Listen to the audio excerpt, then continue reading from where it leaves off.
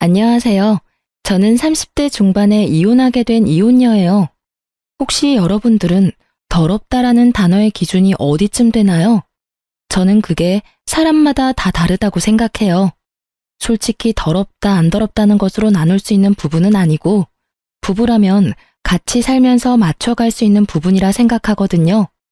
그런데 보통의 부부들이라면 그걸 맞춰갈 수 있는데, 혹시라도 한 사람이 결벽증에 준하는 위생관념을 가지고 있다면 솔직히 나머지 한 사람은 엄청 힘들 수밖에 없다고 생각해요. 저희 부부도 그런 부부 중에 한 사람이었어요. 남편은 결혼 전부터 무척 깔끔했어요. 저는 평범했죠. 아침은 머리 감고 저녁엔 샤워하죠. 화장실 다녀오면 손 씻고 식사하기 전 요리 전에 손 씻고 빨래는 속옷과 수건은 각각 따로 빨고 타올은 고온 스팀으로 빨래해요. 집 청소는 일주일에 3번, 화장실 청소는 일주일에 2번. 요리할 때는 일회용 장갑 끼고 설거지 해가며 하고. 보통 이 정도라고 생각해요. 맞벌이를 하는 부부의 아내라면 이 정도면 충분하지 않을까 싶어요. 아니라면 그건 제가 다른 사람들보다 덜 깨끗한 건지도 모르죠. 그런데 남편은 과도하게 깔끔하게 굴었어요. 돌바닥에 앉는 것도 더러워서 안 되고 노점에서 파는 음식도 더러워서 먹으면 안 된다고 하죠. 연애 때는 크게 신경 쓰지 않았어요. 남편을 만날 때만 신경 쓰면 되는 일이었으니까요. 그래서 결혼하자고 했을 때도 그 정도로만 생각을 하고 좋다고 결혼했어요. 이제는 인정해요. 제가 경솔했다는 걸요. 저와 남편은 20대 후반에 결혼을 했어요. 당시에 저는 평범한 직장 생활이 저와 맞지 않다는 걸 깨닫고 작은 카페를 운영하고 있었어요. 남편은 영업직으로 거래처 직원과 함께 들른 곳이 저의 카페여서 그 인연으로 사랑을 시작하게 되었죠. 한 번, 2번, 그렇게 몇 번 남편이 들르다 보니 저도 그렇고 서로에게 관심을 가지게 된 거죠. 만난 지 몇 개월 만에 저희는 서로의 가치관이 잘 맞는다고 생각했고 결혼을 생각하게 될 정도가 됐죠. 남편도 저도 그다지 다른 부분에서는 문제될 일들이 없다고 단정지어 생각했던 건지도 몰라요. 그런데 결혼하고 나서야 알게 된 거죠. 남편의 깔끔이 생각보다 더 심각하다는 걸요. 남편만큼은 아니지만 시모도 깔끔함의 수준이 남다르더라고요. 결혼 초기에는 그런 시댁의 가풍과 남편의 생각을 존중해서 열심히 맞춰주려고 노력했어요. 그렇게 잘 맞춰가고 있다고 생각하고 있었는데 그게 아니었다는 걸 알게 된 사건이 발생했어요. 결혼한 지 3년쯤 됐을 때요. 그때가 김장철이었기에 시댁에서 김장을 하고 있었죠.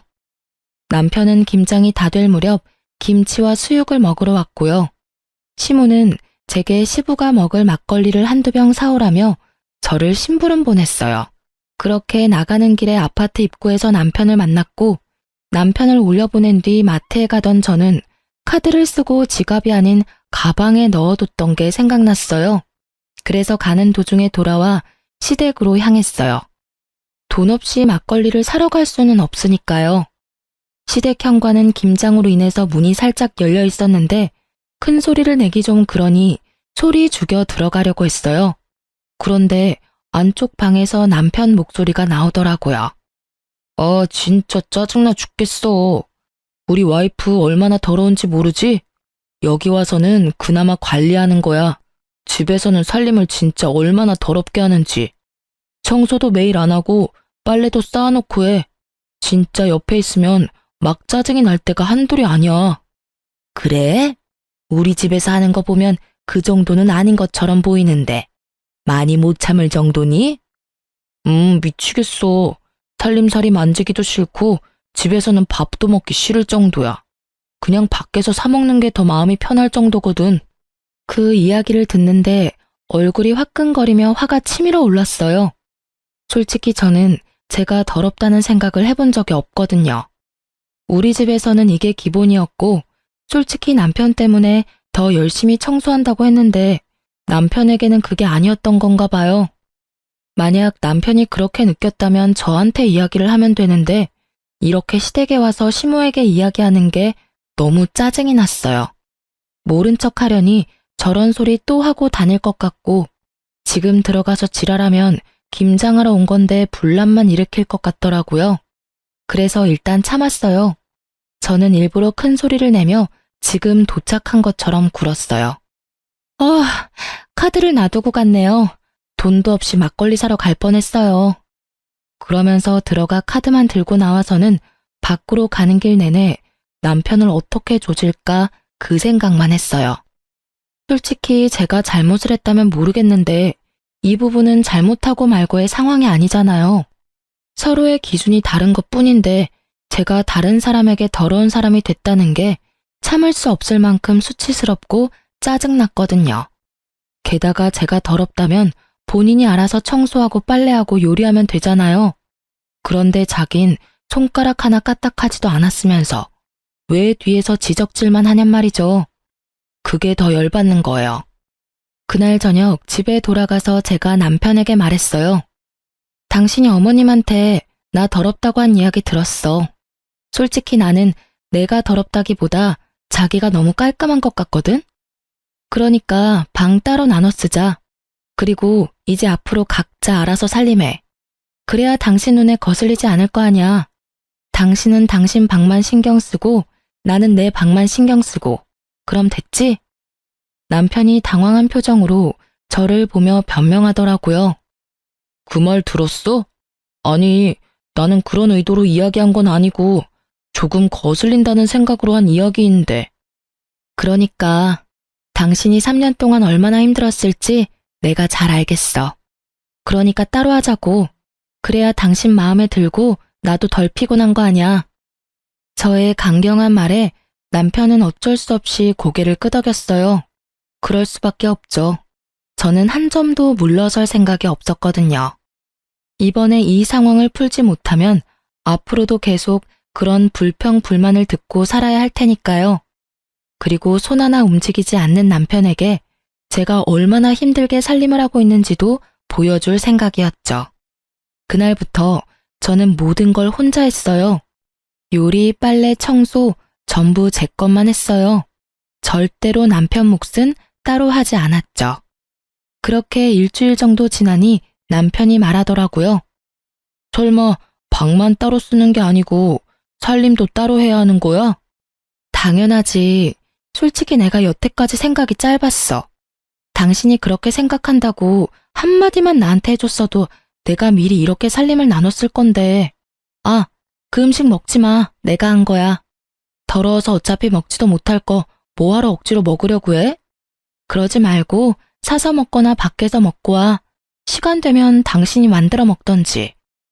저는 최대한 담담하게 이야기했어요. 이야기하면서도 화가 났지만 참았죠. 화를 내면 아무것도 바뀌지 않을 거라고 생각했거든요. 제 말에 남편은 잠시 음식을 바라보더니 지갑을 챙겨 밖으로 나가더군요. 그렇게 저와 남편의 각자 생활이 시작됐어요. 그러다 남편이 못 참겠는지 2주 정도 지나니 저한테 말하더군요. 여보, 당신이 화가 많이 난 건 알겠어. 그치만 빨래도 안 해주면 내가 일을 어떻게 해? 그 부분은 당신이 알아서 해줘야 하지 않을까?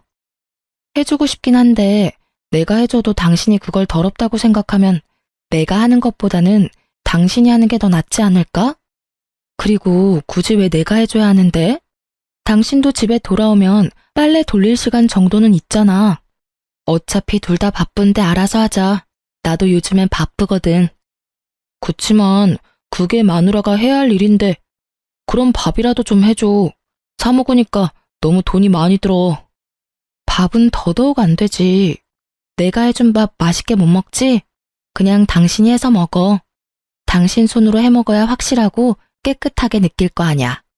괜히 남이 해주는 밥에 이렇다 저렇다 말할 필요 없이 그냥 자기 식사는 자기가 알아서 해 먹자. 남편은 자기가 무슨 말을 하든 제가 더러우니까 안 된다는 말만 듣게 됐죠. 그리고 그날 저녁 남편은 반찬을 바리바리 싸들고 집에 돌아왔어요. 시모가 만든 반찬이었죠. 남편은 제가 해주지 않을 걸 알고 시모 반찬을 가져왔어요. 식사만이라도 제대로 하고 싶었나 보더라고요. 그렇게 한 달쯤 지났을까요? 솔직히 제가 점점 그 상황이 더 편해지고 있을 무렵에 결국은 터질 게 터져버렸어요. 시모에게 전화가 왔거든요. 네, 어머님, 무슨 일로 전화하셨어요? 너, 네 남편 밥은 좀 해주면 안 되겠니? 어떻게 애가 매번 우리 집에 와서 반찬을 얻어가? 걔 반찬 신경 쓰는 것도 하루 이틀 일도 아니고. 어머님, 죄송한데 남편이 제가 살림을 더럽게 한다고 저번에 어머님께 말씀드렸잖아요. 그 뒤로 아무래도 제가 잘못하고 있는 것 같아서 살림을 따로 살고 있어요. 저야 밥 해주고 싶지만 상대방이 더럽다는데 어떻게 계속 해주겠어요? 그것도 못할 짓이죠. 제가 그 말을 꺼낼 줄 몰랐던 시모가 살짝 당황하더라고요. 그 말을 들었니? 아니, 걔가 그런 의도로 한 이야기는 아닐 거야. 그리고 너도 우리 집에서는 얼마나 깔끔하게 잘하는데. 걔가 워낙 별나서 그러니까 네가 이해하고 넘어가. 그래도 싫다는 거 계속할 수는 없잖아요. 그렇다고 남편 깔끔이 하루아침에 해결될 일도 아니고 그냥 이렇게 지내다 보면 어떻게든 타협점을 마련하겠죠. 제가 원하는 대답을 내놓지 않자 시모가 남편을 좀 바꿔달라고 하더군요. 저는 남편을 불러서 핸드폰을 내밀었어요. 남편이 의아한 표정으로 핸드폰을 받았죠. 여보세요? 엄마, 무슨 일이에요? 엄마 힘들어서 앞으로 반찬 못 해주니까 너 알아서 식사 해결해라. 밥 얻어먹으려고 우리 집도 오지 말고. 엄마, 안 그러면 나 식비가 너무 많이 나와서 안 돼. 어떻게 당분간 좀 안 될까? 나 아들이잖아. 야, 그냥 주는 대로 받아 먹어. 까다로운 너 하나 맞춰주려고 이 늙은 엄마가 고생해야겠니? 결국 시모는 참지 못하고 남편을 혼냈죠. 저는 너무도 속이 시원했지만 아무런 표정 짓지 않았어요. 전화를 마친 남편 표정이 무척 짜증이 나 있더군요. 저는 모른 채 했어요. 어머님이 뭐라 하셔? 여보, 내가 미안해. 앞으로 절대로 그런 말 안 할 테니까 식사만이라도 같이 하게 해줄 수 있을까? 나 진짜 이번 달 적자야. 이제야 나한테 미안하다는 생각이 들어? 아무리 깔끔해지려고 해도 시간 없으니까 안 되지? 내가 여태껏 얼마나 애썼는지 이제야 감이 와? 솔직히 카페 하면서 당신 결벽증에 맞추려고 정말 열심히 노력했거든?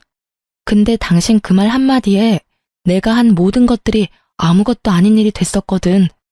자기 몸 하나 깨끗하게 유지하는 것도 혼자 못하는데 그걸 나한테 다 떠넘기고 나한테 더럽네 만회하는 건 잘못됐다고 생각하고 있지? 그래, 미안하다고 했잖아. 솔직히 이렇게 시간이 없을 줄은 몰랐어. 그 시간 쪼개서 일하고 살림하는 게 이렇게 힘든 줄도 몰랐고. 진짜 미안해 여보. 앞으로는 자기 하는 일에 절대로 토달지 않을게. 그리고 나도 많이 도와줄게. 반성했으면 됐어.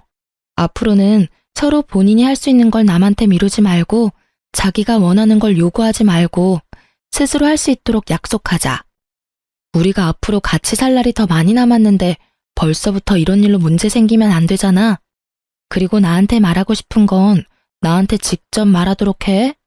다른 사람한테 말해서 일 크게 만들지 말고. 알았지? 남편은 제 말에 격하게 고개를 끄덕였어요. 본인도 힘들었을 테죠. 이렇게 저희는 극적으로 타협점을 찾게 됐고 더 이상 서로를 탓하지 않기로 했어요. 다만 남편이 제게 한 더럽다는 말은 여전히 가슴속에 콕 박힌 가시처럼 불현듯 저를 콕콕 찔러댔어요. 그렇게 한 번의 태풍이 지나가고 잠잠해졌다고 생각할 때쯤 이보다 더 큰일이 일어났어요. 그래요. 이번에는 참을 수 없는 일이었죠. 평소에 저는 대중교통을 이용해요. 어린 시절에 교통사고를 당한 적이 있어서 차를 사용하는 게 영 꺼림칙한데 그날은 피치 못할 사정으로 차를 써야 해서 남편 차를 잠깐 빌렸거든요. 게다가 그때는 남편이 자주 주말 출장이 있던 터라 어렵게 빌린 거였어요. 그렇게 남편의 차를 타고 가방을 조수석에다 놨는데 어떤 차가 급하게 끼어드는 바람에 급정거를 했고 제 가방이 굴러떨어져서 결국은 안에 내용물이 완전히 다 쏟아져 내렸어요. 결국 저는 한숨을 쉬며 차를 휴게소에 주차하고 조수석 바닥을 정리했죠. 그러다가 우연히 발견했어요. 여성용 바디로션을요. 제가 사용하는 브랜드는 아니었고 남자 차에서 흔히 발견될 물건은 아니잖아요. 그냥 립밤이나 핸드크림 같은 거였으면 직장 동료나 고객을 태웠다고 생각할 수도 있었을 테지만 바디로션이에요. 1박을 할 거라는 생각이 없으면 보통 챙기지 않는 물건이죠. 저는 순간 머리에 찬물을 뒤집어 쓴 것 같은 기분이 들었어요. 그렇지만 이걸 들고 남편을 추궁할 수도 없었죠. 확실하지 않잖아요. 그래서 일단 증거를 잡을 때까지 모른 척하기로 했어요. 그런데 차를 몰고 집에 오는 내내 온갖 생각이 다 들더라고요. 설마 아니겠지. 그럴 리 없을 거야. 그런데 이게 왜 여기 있나? 최근에 주말 출장이 너무 잦았어. 이런 생각들요. 집에 와서도 남편 얼굴을 제대로 못 보겠더라고요. 보고 나면 화가 울컥 날 것 같았거든요. 그러다 남편이 하루는 술에 절어 들어온 날이 있었어요. 남편을 옮기다가 떨어진 핸드폰을 들고는 벌벌 떨며 확인을 했어요. 설마 있을까 싶었는데 설마가 사람 잡더군요. 카드사 어플에 떡하니 오늘 모텔에 갔던 내역이 있었고 지우지 못한 카톡 내용도 그대로 있더군요. 오빠 잘 들어가, 사랑해, 벌써 보고 싶다. 이런 내용이 오늘 하루 사이에 다 있었어요. 저는 모두 캡처하고 제 핸드폰으로 동영상을 찍어서 증거도 남겼어요.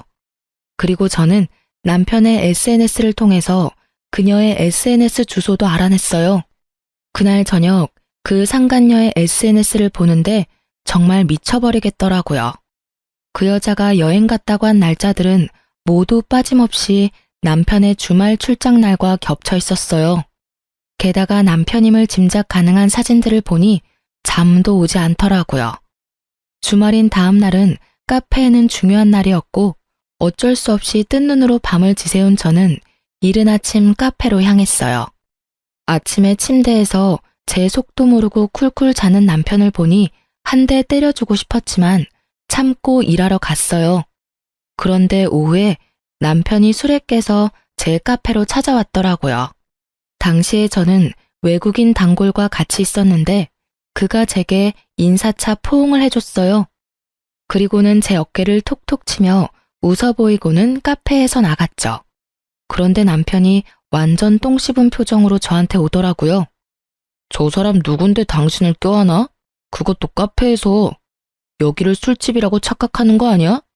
여기는 엄연히 한국이라고, 한국.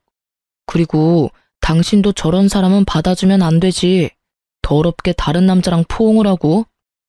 또다시 등장한 단어, 더럽게. 그 말에 참다 꾹꾹 눌러놓은 화가 터져버리고 말았죠. 더러워? 뭐가 그렇게 더러운데? 외국인이야. 그 사람한테 그건 그냥 인사야. 근데 네가 나한테 더럽다고 할 처지는 아니지 않니? 너야말로 뒤로 더러운 짓은 다 하고 다니는 주제에. 그게 무슨 소리야. 내가 뭘 뒤로 더러운 짓을 해? 나는 그런 적 없어. 잘 알아보고 그런 이야기를 해. 너 잘못 없는 사람 잘못 있다고 말하면 무고죄 되는 거 몰라? 죄가 없어야 무고죄지. 죄가 있으면 무고죄가 아니지 않을까? 내가 모를 줄 알았어? 너 차 안에 여자 바디로션 떨어져 있더라? 툭 튀어나온 바디로션 이야기에 남편의 눈동자가 갈 곳을 잃었어요. 제게 어떤 말을 할까 싶었는데 첫 마디는 발뺌이었습니다. 직장 동료가 흘리고 간 건지 고객이 떨어뜨리고 간 건지 나도 몰라. 그런 거 가지고 지레 짐작하는 거면 주말마다 출장 가는 거, 그 여자 만나러 가는 거 모를 줄 알았어? 다 알아. 예쁘장하게 생겼더라. 웨이브진 긴 갈색 머리에 손톱은 어찌나 돈을 쳐발랐는지 아주 휘황찬란하던데? SNS에 명품 자랑하는 사진으로 도배한 여자 말이야. 내 말이 틀려? 그래, 나 여자 만나고 다녀. 근데 그렇다고 당신이 나한테 큰 소리 칠 이유는 없지. 당신이야말로 이런 식으로 카페 하면서 여러 사람 만나고 아까도 외국인이랑 끌어안지 않았어? 솔직하게 말해서 그런 것도 다 바람 피우는 거랑 다를 게 없거든? 네가 술집 여자도 아니고 커피나 팔면 되지 왜 포옹을 해? 그냥 손님이기 이전에 단골이고 친구야. 그리고 네가 생각하는 그런 더러운 거? 그 친구랑 사이에는 없어. 근데 네가 그런 말 하니까 정말 웃기다. 다른 년이랑 뒹굴고 집에 들어와서 잠이나 자는 네가 더 더럽다고 생각하는데? 그리고 내가 아무것도 모른다고 생각하나 본데 나 다 알아. 저번에 당신 술 취해서 들어왔을 때 핸드폰 화면에 떡하니 떠 있더라. 그 여자랑 주고받은 카톡 내용. 술에 떡이 돼서 지우는 건 잊어버렸니? 너 지금 나더러 더럽다고 했어? 네가 나한테 그런 말 할 자격 있냐고. 솔직히 진짜로 더럽게 사는 게 누군데? 여태까지 살면서 깨끗하게 산다고 느껴본 적 단 한 번도 없었어. 솔직히 내가 하기 힘드니까 당신한테 맡겼을 뿐이지. 집안 살림 하나조차 마음에 들도록 못하는 여자, 나도 사양이야. 사양한다니 다행이네. 우리 이혼해. 나도 지긋지긋해. 새로 사귀는 여자가 얼마나 깨끗하게 굴지는 모르겠지만 당신 그 까다로운 입맛 잘 맞출 수 있었으면 좋겠네. 결국 저희는 제 카페에서 피 터지게 말싸움을 해버렸어요. 참으려고 했는데 참을 수가 없더라고요. 똥 묻은 개가 겨 묻은 개 나무란다고 누가 누구한테 더럽다는 거예요? 다른 여자랑 할 거 다 하고서는 집에 와서 내 옆에서 잠을 잤다는 것 자체가 이미 더러운 일이거늘. 불행인지 다행인지 남편과의 관계는 그 여자가 생긴 뒤로 한 번도 없었어요. 저놈이 감히 저를 탓할 수나 있어요? 그리고 사양이라니 제가 하고 싶은 말을 왜 자기가 하는지. 유책 배우자는 남편이고 모든 원인이 그쪽에 있는데 피해는 오롯이 저 혼자 받고 있었어요. 그렇게 남편과 이혼을 이야기하고 저는 남편 집에서 나올 준비를 착실히 해가고 있었어요. 친정이 워낙 멀어서 지금 당장 나와서는 갈 곳이 없었기 때문에 어쩔 수 없이 꼴도 보기 싫은 남편 놈과 함께 보내야 했어요. 이틀 뒤에 시모가 전화가 왔더라고요. 흥분한 채로 제게 따지더라고요. 예, 너희 이혼하게 됐다며? 도대체 무슨 일이야? 서로 잘 맞춰 사는 것 같더니 왜 갑자기 이런 일이 생겨? 그 사람이 이유는 말 안 해주던가요? 뭐 다 네 탓이라고만 하더라고. 카페에서 외간 남자 만나고 다니고 자기한테는 신경도 안 써준다고 그러던데. 그런 거면 얘 당분간 일 그만두고 관계를 회복할 생각을 해야지. 이 나쁜 놈은 시모에게도 이혼 사유를 정확하게 말하지 않았더라고요. 어머님, 저희 헤어지는 이유는 그 사람이 다른 여자가 생겨서예요. 저한테는 남자 같은 거 없어요. 단골 외국인이 저한테 인사하려는 거 보고 전화리인 거고요. 근데 남편은 이미 다른 여자랑 몰래 만나고 있는 거 저한테 다 들켰거든요. 그 이야기를 듣던 시모는 잠시 말을 못 잇더니 딱 한마디 하고 전화를 끊더라고요. 아이고, 내가 나설 일이 아니네. 알아서 너희들끼리 잘 알아서 해결해라. 남편이 그렇게 민감하게 굴 때마다 뒷수습했던 건 시모였던지라 이번에는 뒤치다꺼리하고 싶지 않았나 보더라고요. 발을 슬그머니 빼더니 전화를 탁 끊어버리셨죠. 그렇게 시모와 전화통화를 끝내고 평소보다 늦은 퇴근을 해서 집에 돌아왔어요. 그런데 현관에 아주 굽이 높은 하일이 놓여 있더군요. 중문을 열고 들어갔더니 거실에 남편과 그 여자가 앉아 있더라고요. 그 두 사람을 보는데 가라앉았던 화가 터지는 것 같았어요.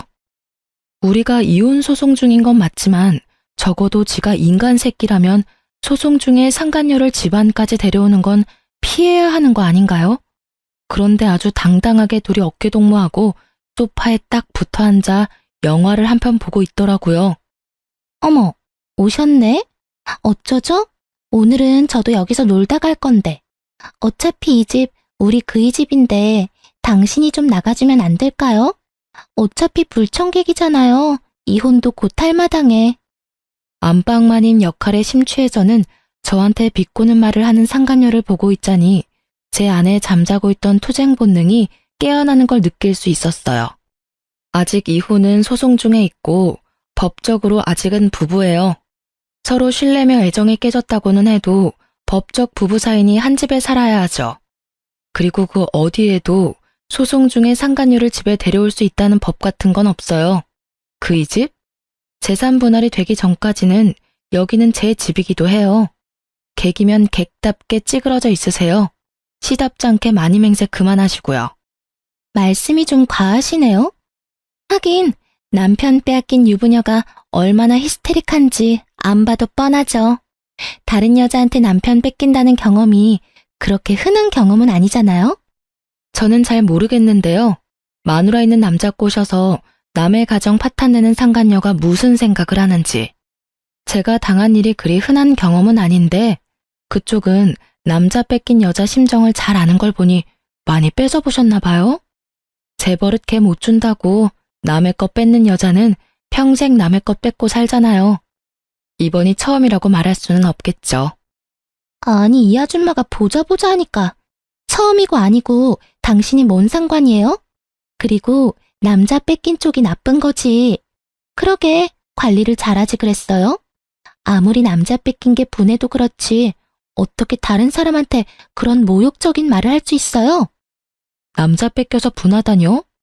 앞으로는 깔끔 떠는 척 오만상하더니 뒤로는 와이프 몰래 여자 만나서 할 거 다 하고 다니는 더러운 새끼는 제 쪽에서 사양이에요. 둘이 짝짝꿍이 잘 맞는 것 같으니 잘 사세요. 내 눈에 안 띄이는 곳에서 상간소송 위자료나 갚으면서요. 결국 저와 말다툼이 끝나지 않자 남편놈은 그 상간녀를 데리고 밖으로 나가버리더군요. 남편이 나가고 나서야 꼿꼿하게 서 있던 제 몸은 무너졌어요. 저 나쁜 놈이 벌써 집에 상간녀를 당당하게 들일지 상상조차 못하고 있었거든요. 그 뻔뻔함과 똥배짱에 저는 여러모로 타격이 컸어요. 그래서 그날 저녁 부랴부랴 짐부터 챙겼어요. 그러고는 제 카페로 갔어요. 카페에는 다행히 휴식을 취할 수 있는 작은 쪽방이 있었거든요. 그곳에서 잠을 자며 저는 상간녀의 SNS를 살폈어요. 그런데 몇 장의 사진에서 이상한 걸 발견했어요. 그 여자는 주로 남자랑 같이 있는 사진을 꼭 얼굴만 보이지 않게 찍어서 올리거든요. 몇 장의 사진에 찍힌 남자가 제 남편이 아닌 것 같더라고요. 그래서 의아하게 생각하고 있었죠. 특히 한 장은 너무 이상했어요. 식사 자리였는데 해산물이 가득한 식탁이었거든요. 그런데 남편은 해산물, 즉 갑각류 알레르기가 있었거든요. 절대 먹지 않을 음식을 앞에 두고 사진을 찍었다니 이상한 일이잖아요. 그래서 저는 남편이 아닌 것 같은 사진을 캡처해서 남편에게 슬쩍 보냈어요. 그러고는 언제부터 갑각류를 먹게 됐냐, 여태까지 나 속인 거냐 하고 문자를 보냈죠. 그랬는데 답이 없더라고요. 그리고 며칠이 지났을까 소송 중 남편 쪽에서는 난리가 난 모양이더라고요. 시모가 연락이 왔어요. 예, 내가 이런 말할 자격은 없지만 너희 이혼 다시 한번 생각해보지 않겠니? 갑자기 그게 무슨 소리세요? 저희 이미 이혼하기로 이미 다 합의됐어요. 남편도 이미 동의한 내용이고요. 상간녀랑 집에 같이 들어와 있던 바람에 저는 집에서도 쫓겨난 상황이에요. 네가 화가 얼마나 많이 났는지는 나도 이해해. 그렇지만 우리 아들도 피해자야. 그건 너도 좀 알아줬으면 좋겠구나. 시모가 도대체 뭔 소리 하나 싶었는데 이야기를 들어보니 참 남편놈 팔자도 험하다 싶더라고요. 제가 남편에게 연락했었잖아요. 남편이 아닌 남자와 그 상간녀가 사진 찍은 걸 보냈거든요. 그런데 그게 생각보다 일이 커졌던 모양이더라고요. 남편이 그 상간녀에게 그 남자 누구냐고 추궁하고 그러던 차에 그 사진 속 남자가 남편에게 만나자고 연락이 왔다고 하더라고요. 남편이 나갔는데 자기가 그 상간녀 애인이라고 유부남 주제에 왜 그 여자랑 같이 살고 있냐며 서로 주먹 다짐까지 했던 모양이더라고요. 뭐 뿌린 대로 거뒀다고나 할까요? 그 여자는 유부남 만나면서 따로 남자친구도 착실하게 만나고 있던 모양이었어요. 그런데 거기서 끝난 게 아니었어요. 남편놈이 그 남자랑 만나서 싸우고 집에 와서 그 상간녀에게 남자 관계가 문란한 것에 대해 따졌더니 상간녀가 너도 어차피 바람 피워서 나 만난 거 아니냐며 남의 인생에 신경 쓰지 말라고 했다더라고요. 시모 말로는 남편 놈이 자기도 그 많은 남자 중에 한 사람뿐이라는 걸 알고서는 배신감에 여자를 쫓아내 버렸다고 하더라고요. 여자는 상간녀 위자료 소송비가 나올 테니 남편에게 딱 붙어서 위자료를 뜯을 생각이었던 것 같았어요. 그런데 문어발식 자유연애 하다가 결국엔 남편에게까지 버림을 받았으니 생각보다 너무 어이없는 결말이긴 했어요. 물론 많은 남자들에게서 또 많은 걸 뜯어내며 억울하게도 그 여자는 또 잘 살아가겠죠. 그렇다고 해서 그런 남편의 상황이 저에게 위로가 되진 않죠. 가정을 버리고 뒤에서 몰래 외도를 저질렀잖아요. 비록 그 여자는 남자친구가 따로 있었지만 법적으로 유부남이었으니 본인이 저지른 짓에 대해 책임을 져야 맞는 건데 뜬금없이 왜 시모가 저한테 재결합을 운운하는지 이해가 되질 않더라고요. 어머님, 그 사람이 지금 그렇게 힘든 일을 겪었다고 해서 그 사람이 저한테 한 말들과 행동까지 없던 일이 되는 건 아니잖아요. 저는 여전히 그 사람이 나더러 더럽다고 한 말을 잊지를 못해요. 더러운 여자랑 살 수 있는 사람은 아니니까요. 그래도 우리 아들 저렇게 미친년한테 당하고 이렇게 처량하게 혼자 살면서 위자료 갚아내야 한다고 생각하니 마음이 너무 안 좋아. 아들 한 번만 용서해줘라. 응? 여태까지의 정이 있는데. 죄송해요. 저는 이제 아무 감정 없어요. 이혼 소송도 이제 마무리 다 되어가고 솔직히 남편한테 정이 다 떨어져 버렸거든요. 그러니까 그 부분은 남편이 해결할 수밖에 없을 것 같아요. 그리고 무엇보다 그런 이야기를 어머님이 전화해서 하시는 게 더 이상한 일이잖아요. 본인이 힘들면 연락은 오겠죠. 받아들일 생각은 없지만. 결국 시모는 자기가 원하던 것은 얻지 못하고 전화를 끊을 수밖에 없었죠. 그런데 시모의 이야기를 들으며 어찌나 속이 시원한지. 5년 넘게 이어온 결혼 생활의 마침표를 찍는 건 생각보다 간단한 일이더라고요. 저희 사이에는 애도 없었으니 친권이나 양육권 생각할 것도 없었고 재산 분할이나 이런 것도 크게 제 생각과 다르지 않을 정도로는 받았어요. 그렇게 정식으로 이혼이 돼서 남남이 된 그 이튿날 전 남편에게 연락이 왔어요. 연락을 받지 않으려고 했는데 전 남편이 문자며 카톡을 엄청나게 남겼더라고요. 오후 3시쯤 저희 가게로 오겠다고요. 무슨 할 말이 있는 건지는 모르겠지만 오후 3시에는 보는 눈이 많을 것 같아서 카페 닫는 시간에 맞춰서 불렀어요. 이혼 소송하며 거의 4개월을 따로 살아서 그런지 오랜만에 보는 전 남편의 얼굴은 뭔가 짠하면서도 보는 순간 짜증이 나더라고요. 다 해결이 됐는데도 짜증이 나는 걸 보니 제가 이 사람에게 받은 상처가 꽤 크구나 싶었죠. 무슨 일로 부른 거야? 저기요. 누가 자기야? 우리 이혼했어. 호칭 정리 제대로 해줄래? 너무 그렇게 매정하게 말하지 마. 나 당신한테 할 이야기 있어. 어머니가 당신한테 연락해서 말했는데 우리 이혼 없던 걸로 하고 다시 만날 수 없을까? 나 정말로 후회하고 있고 반성하고 있어. 나는 당신이 아니면 안 될 것 같아. 뜬금없는 소리에 저는 헛웃음만 나왔어요. 이혼 서류에 잉크가 마르기도 전에 이혼을 번복하자는 유책 배우자를 보고 있으려니 이건 몰래카메라가 아닌가 하는 생각까지 들었죠. 왜? 나한테 재산 나눠주기 싫어? 법원에서 이미 다 확인해서 나온 건데도 싫니? 아니면 위자료 주기 싫어? 그것도 아니면 상간녀 위자료까지 네가 내야 해서 돈이 2배라 더 싫은 거야? 아니야, 그런 거 절대 아니야. 나 진짜로 반성하고 있고 그 여자는 이미 헤어졌어. 집에서 내쫓았다니까. 진짜로 제대로 반성하고 있다고. 물론 이혼하기 전에 헤어졌다면 이렇게 힘들지는 않았겠지만. 저는 시모에게 사정을 대충 들어서 상간녀의 양다리 때문에 헤어졌다고 생각하고 있었어요. 그래서 한껏 비꼬아주기로 했어요. 상간녀랑 왜 헤어져? 상간녀랑 그렇게 사랑해서 나랑 이혼하고 그 여자 만나려고 한 거 아니었니? 그때 바람 피운 거 알았을 때 당신 나한테 미안하다 한마디도 안 했어. 발뺌하다가 확실해지니까 어쩌라고 하는 식으로 나왔지. 나랑 헤어지고 그 여자랑 만나면 된다는 식으로 말이야. 근데 애지중지하던 여자를 왜 내쫓아? 그냥 살아. 이제 눈치 볼 일도 없잖아. 나도 몰랐지. 그 여자가 그런 여자인지. 같이 살았던 몇 주간 정말 지옥같이 보냈어. 위생관념도 너무 없고 엄청 더럽더라고. 분명히 나랑 만날 때는 그렇지 않았는데 같이 살고 보니까 나랑 안 맞는 부분이 너무 많아서 여태껏 나랑 만났을 때 보여준 건 다 연기였나 봐. 나도 그 여자한테 속아서 당신하고 이혼하고 낚인 거였다고. 이런 내 사정도 좀 이해해줘. 그래? 너 만날 때만 엄청 깔끔 떨었나 보네. 그래도 사랑하잖아. 더러운 건 좀 참아. 나랑 살 때도 더러워서 힘들었는데 내가 봤을 때 당신은 그 어떤 여자랑 살아도 더러워서 못 견딜 거야.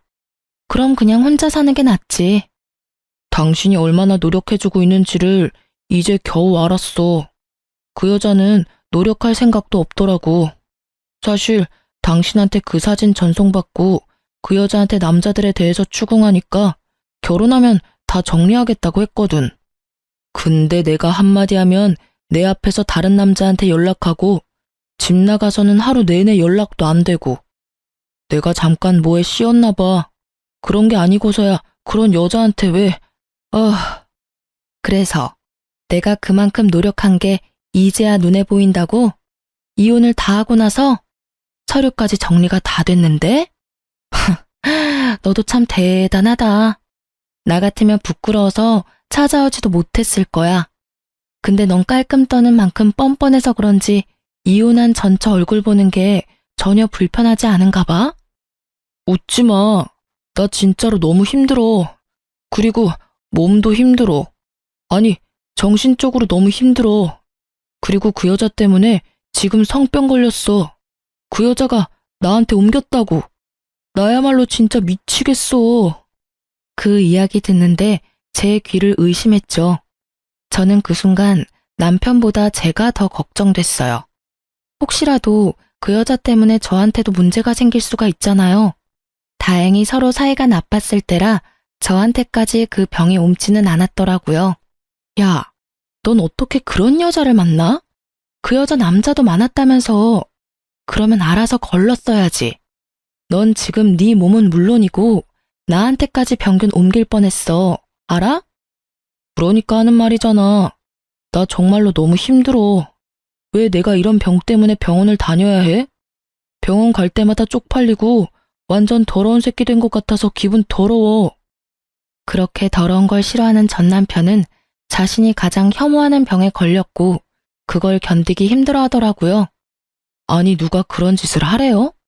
네가 스스로 네 몸을 힘들게 한 걸 왜 나한테 와서 하소연이야? 그리고 너 병 걸려놓고는 나한테 와서 재결합 운운하는 건 더 미친 짓이라는 생각 안 들어? 미안하다고. 그러니까 사람 한 번만 좀 살려줘. 나 이러다가 진짜 스트레스 때문에 죽어버릴지도 몰라. 지금도 스트레스로 탈모도 오고 있고 식사도 제대로 못하고 있다고. 당신이 옆에 있으면 나 진짜로 편해질 것 같아. 응? 제발 사람 하나 살려주는 셈 치고. 남편은 제 소매를 꽉 잡고 놓아주지 않았어요. 저는 그런 남편을 보며 혀를 찼어요. 그리고는 단호하게 남편 손을 쳐내버렸어요. 야, 이 더러운 새끼야. 바람 피우기 전에 그런 걱정을 먼저 하지 그랬어. 어디서 감히 나한테 다시 만나자는 미친 소리를 짓거려? 한 번만 말할 거니까 잘 들어. 나는 너처럼 아랫돌이 잘못 눌려서 병이나 걸리는 더러운 남자랑 살기 싫으니까 2번 다시 찾아오지 마. 혹시라도 병 나았다고 또 찾아오지도 말고. 난 당신 병이 싫은 게 아니고 당신이 한 행동이 싫은 거거든. 그렇게 매몰차게 이야기하고 저는 남편에게서 떠나왔어요. 이렇게 허무하게 헤어질 사이였으면서 저한테 미안하다 한마디 없이 둘이 함께 살림 차리겠다고 여자를 데려와 떵떵거렸다니. 게다가 그렇게 깔끔 떨며 사람을 힘들게 만들었으면서 본인은 불륜 한 번에 자기가 제일 혐오하는 성병까지 옮아서 끙끙거리고 힘들어하고 있으니까요. 자기 인생 제 손으로 지옥으로 만든 사람하고 영 끊고 사는 게 속 편해요. 그런 사람은 다른 사람마저 지옥으로 끌어들일 사람이니. 게다가 정말로 반성했다면 저한테 돌아오라고 말하면 안 되죠. 반성을 안 했으니까 돌아오라고 같이 살자고 징징대는 거라고 생각해요. 이런 놈은 애초에 걸러야 하는데. 짧지 않은 세월 동안 이런 남자도 남편이라고 데리고 산 제가 참으로 대단하다는 생각을 잠깐 했네요. 나중에 전 남편이랑 상간녀 소식을 전해 들었어요. 전 남편이 자기가 그 상간녀 때문에 모든 걸 잃고 화가 난 나머지 상간녀와 사귀는 남자들, 특히 자기랑 주먹 다짐한 남자를 찾아가서 상간녀 때문에 더러운 병에 걸렸다며 이악 물고 말해줬대요. 결국 그 상간녀와 사귀던 남자들도 상간녀에게 따지고 한바탕 난리친 뒤에 그녀에게서 다들 떠났다고 해요. 그런데 그 상간녀도 참 대단한 게 그 남자들 다 떠나갔는데도 여전히 호구가 되어줄 남자를 찾아서 열심히 연애 활동 중이더라고요. 그래도 SNS 들어가 보니 예전만큼 풍족하게 살고 있지는 못하더라고요. 그 여자 인생도 자기가 열심히 그렇게 만든 거겠죠. 본인 손으로 무덤 팠잖아요. 싱글인 남자만 만나고 다녔어도 그럴 일 없었을 텐데. 유부남을 만나고 다녔으니 그 여자 이야기 듣고 나니 더 이상 그 여자에 대해 궁금하지 않았어요. 못 살고 있는 거 확인하니 마음이 편해졌거든요. 이혼했을 때는 제 인생이 힘들어질 수 있다고 정말로 그렇게 생각했어요. 이혼녀 타이틀을 달고 있으면 누군가에게 비난받을 수도 있다는 생각도 했죠. 이혼했다는 소식을 들으면 사람들은 누가 잘못했나부터 생각하잖아요. 그럴 때 가해자가 되기도 싫었지만 그렇다고 피해자가 되는 것도 싫었어요. 자존심 상하는 것도 그렇지만 모르는 사람이 동정심 가득한 눈으로 보는 것도 싫었고요. 하지만 지금은 그런 동정심이 실은 동정심이 아니라 걱정이라는 걸 잘 알아요. 혼자 있는 제가 걱정된 친구들은 지금도 주변 사람들 만나보라고 소개팅 시켜주곤 하거든요. 이 나이에 결혼 한 번 실패를 한 제가 그런 거 하지 않겠다고 할 때마다 친구들은 너 아직 인생의 반밖에 살지 않았다고 너도 행복해질 자격이 있다고 말해줬어요. 행복해질 자격. 누구나 가지고 있지만 저한테는 이제 없는 거라고 생각했거든요. 누가 나를 사랑해 주겠냐는 식으로 비관적인 생각만 했는데 주변에서 그렇게 말해주니 정말 고맙더라고요. 그리고 그런 친구들의 걱정과 도움으로 저는 새로운 연애를 시작하게 됐어요. 처음이 아니라서 더 조심스럽고 더 신중해지는 건 어쩔 수 없는 것 같아요. 상대방도 이혼남이라 더 그런 것 같고요. 첫 연애 때는 많은 걸 숨기고 잘 보이고 싶은 마음에 좋은 면만 보여줬는데 이번에는 그러지 않아요. 있는 그대로를 보여주고 상대방과 내가 서로의 본 모습을 어느 정도까지 받아들일 수 있는지를 보게 됐어요. 여전히 무섭지만 새로운 도전을 두려워하지는 않기로 했어요. 글을 쓰면서 그때 생각으로 힘들 줄 알았는데 생각보다 속이 시원하고 재미있었어요. 그 사람이 만약 그 상간녀랑 잘 살고 있었다면 또는 제가 이렇게 소소하게 행복한 시간을 갖지 않았다면 아마 그렇게 생각하지 않았을 테죠. 시간이 지나기도 했고 저도 새로운 삶을 찾아가고 있으니 이 사연글을 계기로 이제 옛날 일은 다 훌훌 털어버릴 거예요. 글 읽고 계시는 분들도 마음에 찝찝하게 남아있는 게 있다면 훌훌 털어버리고 마음 편안한 하루가 되셨으면 좋겠네요.